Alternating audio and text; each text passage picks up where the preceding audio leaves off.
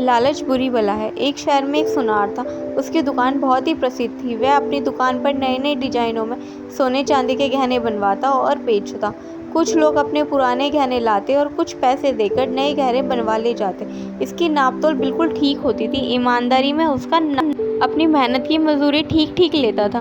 सोने के गहनों में तांबे का टाका कम से कम लगाता था।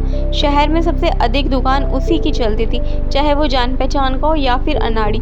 सबके साथ ईमानदारी से व्यवहार करता था।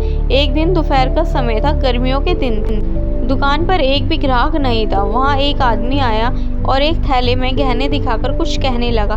पहले तो सुनार ने बहुत गुस्से में कहा, मुझे नहीं लेना है सस्ते दामों में चोरी के गहने। चोरों के सरदार ने बड़ी नरमी से कहा, देख लो, फायदे का सौदा है। बस आप और हम दो ही लोग के बीच ये बात रहेगी, आनन फानन में लखपति बन जाओगे। जब चोरों के सरदार ने अधिक कहा सुना तो वह लालच में आ गया और गहने लेने के लिए तैयार हो गया।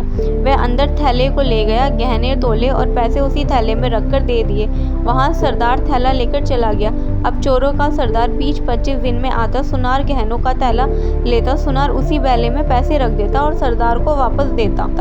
सरदार थैला लेकर चला जाता। अब सरदार दिन में आकर चुटपुटे में शाम को आता। सरदार पैदल आता, कभी कभी वह जब जल्दी में होता तो घोड़े लेकर आता। एक दिन सरदार घोड़े पर सवार होकर जब शहर में आ रहा था तो उस पर सिपाहियों को शक हुआ।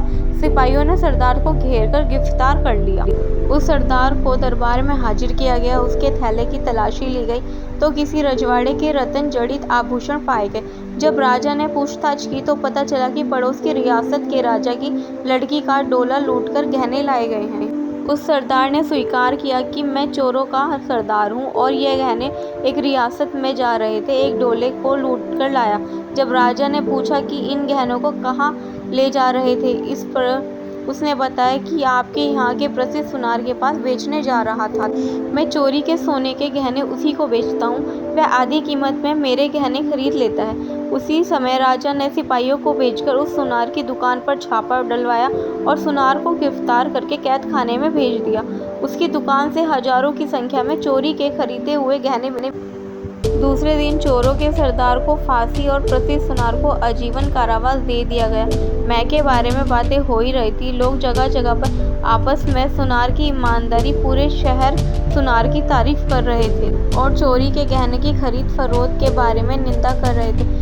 एक स्थान पर तमाम लोग इकट्ठे थे और सुनार की इस घटना के बारे में चर्चा चल रही थी। उन्हीं के बीच में एक व्यक्ति बोला, भाई, लालच बुरी बला होती है।